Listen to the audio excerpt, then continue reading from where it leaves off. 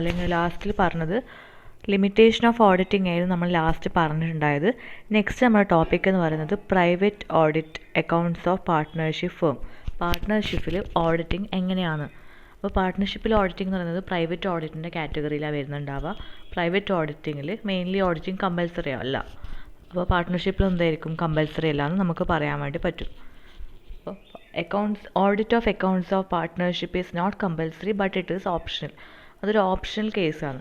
അതായത് അവിടെ പാർട്ട്നേഴ്സിന് ഓഡിറ്റിംഗ് ചെയ്യണമെന്ന് നിർബന്ധമുണ്ടെങ്കിൽ ഓഡിറ്റിംഗ് ചെയ്യാം, അല്ലെങ്കിൽ ലീഗലി പറയുന്നില്ല അവിടെ ചെയ്യണമെന്ന്. അപ്പോൾ it is done with the interest of പാർട്ട്നേഴ്സിന് ഇൻട്രസ്റ്റ് ഉണ്ടെങ്കിലാണ് അത് മെയിൻലി അവിടെ നമ്മൾ ഓഡിറ്റിംഗ് ചെയ്യുന്നത് ആ ഫേമിൽ. ഇനി അവിടെ ചെയ്തിട്ടുണ്ടെങ്കിൽ എന്തിനാണ് ചെയ്യുന്നത് വെച്ചാൽ മാക്സിമം ഫ്യൂച്ചർ ഡിസ്പ്യൂട്ട്സ് കുറക്കാൻ വേണ്ടിയിട്ട്, അതായത് ഫ്യൂച്ചറിൽ ചിലപ്പോൾ പാർട്ട്നേഴ്സ് തമ്മിൽ അടി വരാം. അപ്പോൾ അത് കുറക്കാൻ വേണ്ടിയിട്ടാണ് നമ്മൾ പാർട്ട്ണർഷിപ്പിൽ ഓഡിറ്റിംഗ് ചെയ്യുന്നുണ്ടാവുക. അപ്പോൾ നമുക്ക് അറിയാം ഒരു കാര്യം, പാർട്ട്ണർഷിപ്പ് ഡീഡ് വെച്ചിട്ടാണ് മെയിൻലി ആ ബിസിനസ് നടക്കുന്നുണ്ടാവുക. ആ ഡീഡിലായിരിക്കും പ്രോഫിറ്റ് ഷെയറിങ് റേഷ്യോസും അങ്ങനത്തെ കാര്യങ്ങളെല്ലാം പറയുന്നുണ്ടാവുക. റൈറ്റും കൂടുതൽ എന്തൊക്കെയാണുള്ളത് അതെല്ലാം പറയുന്നുണ്ടാവുക. അപ്പോൾ ഒരു ഓഡിറ്റർ അവിടെ പോകുന്നതിന് മുന്നേ ഈ ഡീഡും കാര്യങ്ങളെല്ലാം നോക്കണം. പിന്നെ നെക്സ്റ്റ് പറയുന്നത് ഓഡിറ്ററിനെ അവിടെ അപ്പോയിൻറ്റ് ചെയ്യുന്നത് ഒരു എഗ്രിമെൻറ്റ് പ്രകാരമായിരിക്കും ഓഡിറ്റർ അപ്പോയിൻറ്റ് ചെയ്യുക. പാർട്ട്ണർഷിപ്പിൽ ഓഡിറ്ററിനെ എഗ്രിമെൻറ്റ് പ്രകാരമായിരിക്കും അപ്പോയിൻറ്റ് ചെയ്യുന്നുണ്ടാവുക. അതായത് ആ ഓഡിറ്റർ എന്തൊക്കെ കാര്യങ്ങളാണ് ചെയ്യേണ്ടത്, ഓഡിറ്റർ റൈറ്റ്, ഡ്യൂട്ടീസ്, റെസ്പോൺസിബിലിറ്റീസ്, ഇത് കംപ്ലീറ്റ്ലി ആ എഗ്രിമെൻറ്റിൽ പറഞ്ഞിട്ടുണ്ടാവും. അപ്പോൾ അത് നോക്കണം. ഒരു ഓഡിറ്റർ അവിടെ വരുന്നുണ്ടെങ്കിൽ അത് നോക്കണം. കംപ്ലീറ്റ് ഫുൾ ജോബൊന്നും അവർക്ക് ചെയ്യേണ്ടി വരില്ല. ചിലപ്പോൾ ഫുൾ ഓഡിറ്റിംഗ് ആവാം, ചിലപ്പോൾ പാർഷ്യൽ ഓഡിറ്റിംഗ് ആവാം. അപ്പോൾ ആ കാര്യങ്ങളെല്ലാം ആ ഒരു എഗ്രിമെൻറ്റിൽ പറഞ്ഞിട്ടുണ്ടാവും.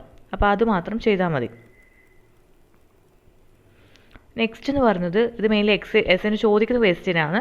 അപ്പോൾ നെക്സ്റ്റ് പറയുന്നത് following are the advantages and need for partnership. പാർട്ട്ണർഷിപ്പിൽ ഓഡിറ്റിംഗ് നടന്നാലുള്ള അഡ്വാൻറ്റേജസ് എന്തൊക്കെയാണ്? ഫസ്റ്റ് വൺ പറയുന്നത് partners should be able to get independent and unbiased opinion. ഒരു ഫേമിൻ്റെ കാര്യത്തിൽ അൺബയസ്ഡ് ആയിട്ടുള്ള ഒപ്പീനിയൻ കിട്ടാൻ വേണ്ടിയിട്ട് പാർട്ട്ണർഷിപ്പിൽ പറ്റും. പിന്നെ അതുപോലെ second one, audit will help the accounts to be maintain properly up to date. കൃത്യമായിട്ട് അപ് ടു ഡേറ്റ് ആയിട്ട് നമുക്ക് അക്കൗണ്ട്സ് മെയിൻറ്റെയിൻ ചെയ്യാൻ വേണ്ടി പറ്റും. തേർഡ് വൺ പറയുന്നത് audit helps to detect fraud and errors. നമുക്ക് ഏത് പാർട്ട്ണർഷിപ്പ് മാത്രമല്ല ഏത് ഫേമിലാണെങ്കിലും ഓഡിറ്റിംഗ് നടന്നിട്ടുണ്ടെങ്കിൽ അവിടെ നമുക്ക് പെട്ടെന്ന് എററും ഫ്രോഡൊക്കെ നമുക്ക് ഡിറ്റക്ട് ചെയ്യാൻ വേണ്ടി പറ്റും. നെക്സ്റ്റ് അതുപോലെ തന്നെ account shall become more reliable and may help four obtaining loans. നമുക്ക് ബാങ്കിൽ നിന്നൊക്കെ ലോണൊക്കെ കിട്ടണമെങ്കിൽ അവിടെ കൃത്യമായിട്ട് ഒരു ഫേമിൽ ഓഡിറ്റിംഗ് നടക്കുന്നതാണെങ്കിൽ നമുക്ക് ലോൺസ് പെട്ടെന്ന് അവൈൽ ചെയ്യാൻ വേണ്ടി പറ്റും, അല്ലെങ്കിൽ ലോൺ കിട്ടാൻ വേണ്ടി പെട്ടെന്ന് പറ്റും. ഫിഫ്ത്ത് വൺ പറയുന്നത് നമ്മൾ കൃത്യമായിട്ടുള്ള audited accounts can serve as A proper basis for valuation. നമുക്കൊരു വാലുവേഷനായിട്ട് ഇതിനെ അനലൈസ് ചെയ്യാൻ വേണ്ടി പറ്റും. അതായത് ഇപ്പോൾ ഒരു പാർട്ട്ണറിൻ്റെ അഡ്മിഷൻ്റെ കാര്യം, പുതിയ പാർട്ട്ണർ വരുന്നുണ്ട്, റിട്ടയർമെൻറ്റ്, ഡെത്ത്, അപ്പോൾ ഇതൊക്കെ ഈ ഒരു കേസിലൊക്കെ നമുക്ക് പ്രോപ്പർലി അക്കൗണ്ട്സ് മെയിൻറ്റെയിൻ ചെയ്യാനും തീരുമാനം എടുക്കാനും അങ്ങനത്തെ കാര്യങ്ങൾക്കെല്ലാം അവിടെ ഓഡിറ്റിംഗ് നടന്നാൽ പറ്റും.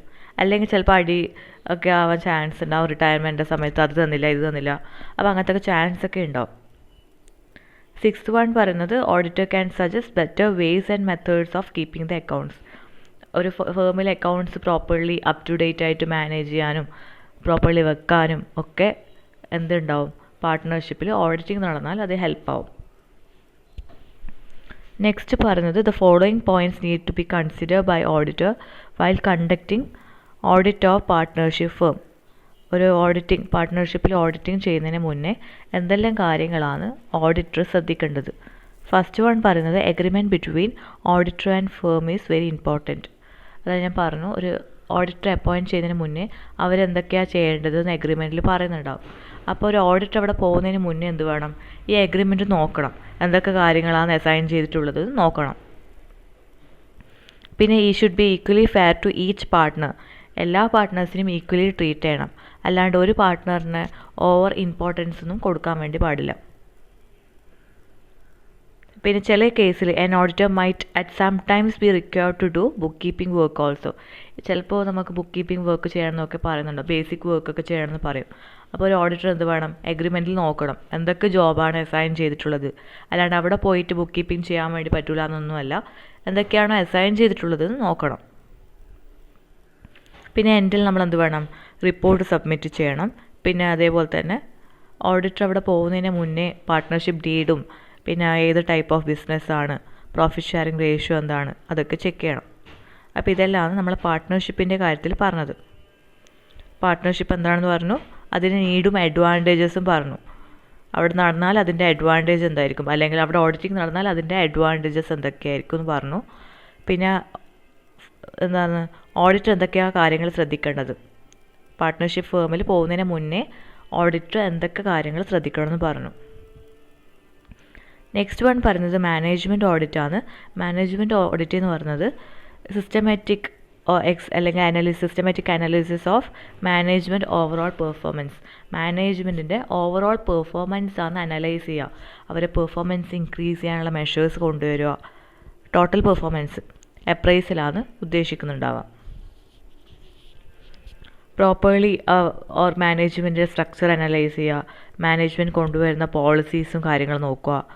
പിന്നെ അതുപോലെ തന്നെ അതിൻ്റെ ഒബ്ജക്റ്റീവ് എന്ന് പറയുന്നത് മാക്സിമമായിട്ട് ഹ്യൂമൻ റിസോഴ്സ്, ഇപ്പോൾ എംപ്ലോയീസ് ഒക്കെ ഉണ്ടാവും, ആ എംപ്ലോയീസ് കൃത്യമായിട്ട് വർക്ക് ചെയ്യുന്നുണ്ടോ, അങ്ങനത്തെ കാര്യങ്ങളൊക്കെ അനലൈസ് ചെയ്യാം. പിന്നെ ബി പറയുന്നത് to point of deficiency in objective policy. ഇപ്പോൾ പോളിസിയിലൊക്കെ എന്തെങ്കിലും പ്രശ്നങ്ങളുണ്ട്, അപ്പോൾ അതൊക്കെ പോയിൻ്റ് ഔട്ട് ചെയ്യുക. To suggest improved method of operation. Business operation increase ചെയ്യേണ്ട മെത്തേഡ്സ് അല്ലെങ്കിൽ മെഷേഴ്സ് പറഞ്ഞു കൊടുക്കുന്നുണ്ടാവും. പിന്നെ അതുപോലെ എന്തെങ്കിലും ഇൻറ്റേർണൽ സിസ്റ്റത്തിൽ, മാനേജ്മെൻറ്റ് ഇൻറ്റേർണൽ സിസ്റ്റത്തിൽ എന്തെങ്കിലും വീക്ക്നെസ് ഒക്കെ ഉണ്ടെങ്കിൽ അത് പോയിൻ്റ് ഔട്ട് ചെയ്യുക, അത് സോൾവ് ചെയ്യുക. ഇതൊക്കെയാണ് മെയിൻലി ചെയ്യുന്നുണ്ടാവുക.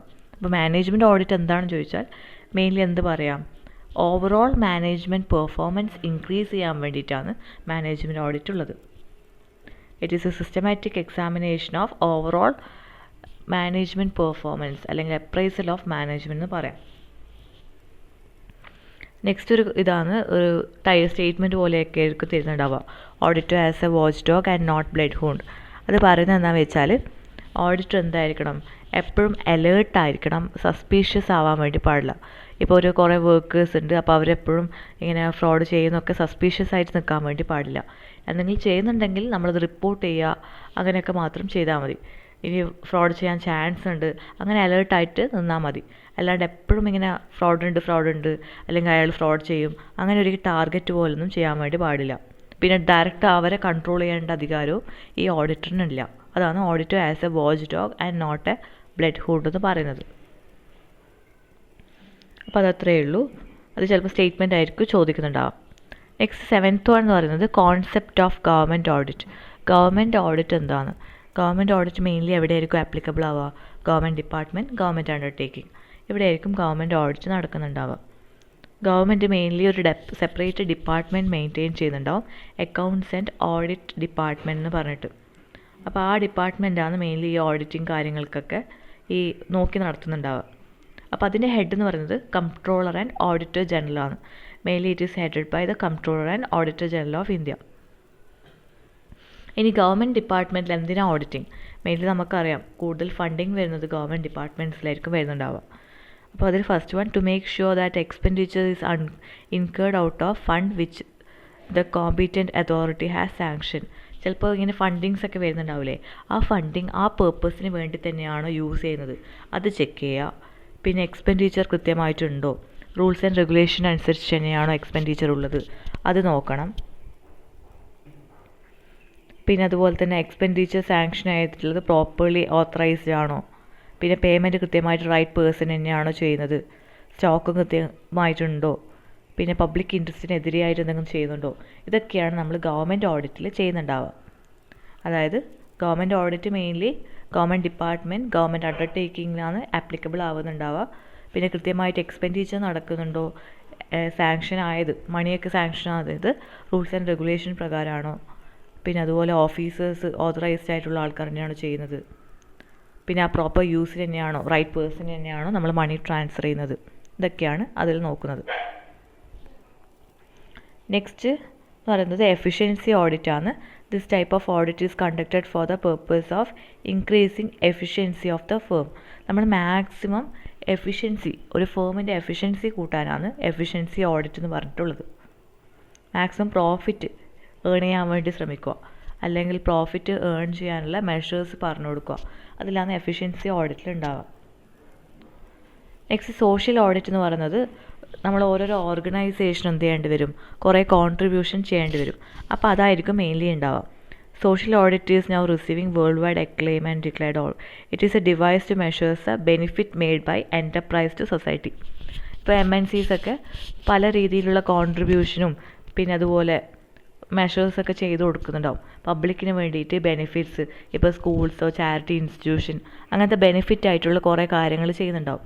അപ്പോൾ ഒരു എൻ്റർപ്രൈസ് എത്രത്തോളം ചെയ്തു അത് അളക്കാൻ വേണ്ടിയിട്ടുള്ളതാണ് സോഷ്യൽ ഓഡിറ്റ്. അതായത് അല്ലെങ്കിൽ അത് സോഷ്യലായിട്ടുള്ള കാര്യങ്ങൾ അനലൈസ് ചെയ്യാൻ വേണ്ടിയിട്ട് എന്തൊക്കെ കാര്യങ്ങൾ സൊസൈറ്റിക്ക് വേണ്ടി ആ ഒരു എൻ്റർപ്രൈസ് ചെയ്തു അത് നോക്കാൻ വേണ്ടിയിട്ടാണ് സോഷ്യൽ ഓഡിറ്റ് ഉള്ളത്. Next internal audit. Internal audit എന്ന് പറയുന്നത് systematic examination of records and procedure and operation of an organisation as a service to management. ഈ റെക്കോർഡും കാര്യങ്ങളും ഒരു ഓർഗനൈസേഷനിലെ റെക്കോർഡും കാര്യങ്ങളെല്ലാം ചെക്ക് ചെയ്യാം. ആ ഒരു ചെക്ക് ചെയ്യുന്ന പ്രോസസ്സാണ് ഇൻറ്റേർണൽ ഓഡിറ്റ്. ഇത് മെയിൻലി ആരാ നടത്തുക? ഓഡിറ്റർ അല്ല ഇൻറ്റേർണൽ ഓഡിറ്റ് നടക്കുക. ഒരു സ്പെഷ്യൽ സ്റ്റാഫ്, ഓർഗനൈസേഷനിലെ സ്പെഷ്യൽ സ്റ്റാഫ് ഇതിനു വേണ്ടി തന്നെ അറേഞ്ച് ചെയ്ത് വെച്ചിട്ടുണ്ടാവും. അവരായിരിക്കും ഈ ഇൻറ്റേർണൽ ഓഡിറ്റ് ചെയ്യുന്നുണ്ടാവുക. അതായത് ഇൻറ്റേർണൽ ഓഡിറ്റ് എന്ന് പറയുന്നത് ഒരു സ്പെഷ്യൽ സിസ്റ്റമാറ്റിക് എക്സാമിനേഷനാണ്. ഈ റെക്കോർഡൊക്കെ നോക്കുന്നത്, ഓർഗനൈസേഷനിലെ റെക്കോർഡൊക്കെ നോക്കുന്ന ഒരു സിസ്റ്റമാറ്റിക് എക്സാമിനേഷനാണ്. പിന്നെ മെയിൻലി ഇത് ചെയ്യുന്നത് ഓർഗനൈസേഷൻ്റെ ഉള്ളിൽ തന്നെയുള്ള സ്റ്റാഫായിരിക്കും ചെയ്യുന്നുണ്ടാവുക. പിന്നെ ഇതൊരു സർവീസ് ടു മാനേജ്മെൻ്റ് ആണ്. മാനേജ്മെൻറ്റിന് വേണ്ടി അല്ലെങ്കിൽ കമ്പനിക്ക് വേണ്ടിയിട്ടുള്ളൊരു സർവീസ് പോലെ സ്പെഷ്യലായിട്ട് ഇതിന് വേണ്ടിയിട്ട് അറേഞ്ച് ചെയ്തിട്ടുണ്ടാവും സ്റ്റാഫ്. അവരായിരിക്കും ഇത് ചെക്ക് ചെയ്യുന്നുണ്ടാവുക. നെക്സ്റ്റ് എന്ന് പറയുന്നത് ഇൻറ്ററിം ഓഡിറ്റ് ആണ്. Interim audit means the audit which is conducted between 2 annual audit. 2 annual audit എന്ന് പറഞ്ഞാൽ എന്താ? ഇയർലി നടക്കുന്ന ഓഡിറ്റ്. ആ 2 ഇയർലി നടക്കുന്ന ഓഡിറ്റിൻ്റെ നടുവിൽ നടക്കുന്ന ഓഡിറ്റാണ് ഇൻറ്ററിം ഓഡിറ്റ്. അപ്പോൾ മെയിൻലി 6 months ബിറ്റ്വീനിലായിരിക്കും ഈ ഇൻറ്ററിം ഓഡിറ്റ് ഉണ്ടാവുക. അത് മെയിൻലി എന്തിനു വേണ്ടിയിട്ടാണ്? ഇൻറ്ററിം ഡിവിഡൻറ്റും ഇൻറ്ററിം പ്രോഫിറ്റും ഡിക്ലെയർ ചെയ്യാൻ